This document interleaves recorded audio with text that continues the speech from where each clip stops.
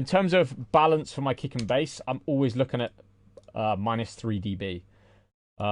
So let's say my kick is hitting at whatever level. 10.5, I should be around, there we go. What's that? But yeah, 3 dB, almost exactly 3 dB. If you're finding that your bass, when you're doing it at 3 dB, the peak of your bass line is 3 dB below the peak of your kick drum.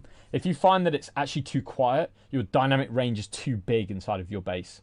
So what that means is you've got really loud peaks in your bass, so maybe one note is peaking, but the rest of the weight is like 5 dB below that peak, if that kind of makes sense. But that's why I like to make sure, and I do a lot of this processing to make sure there isn't a huge amount of dynamic range in my bass line. Obviously it will fluctuate because I want it to sound natural, like natural velocity. But that's why I always choose the peak, and that's why I do little things like controlling the low end, like single frequencies or single bass notes, because tonally and in terms of frequencies, some might pop out more than others.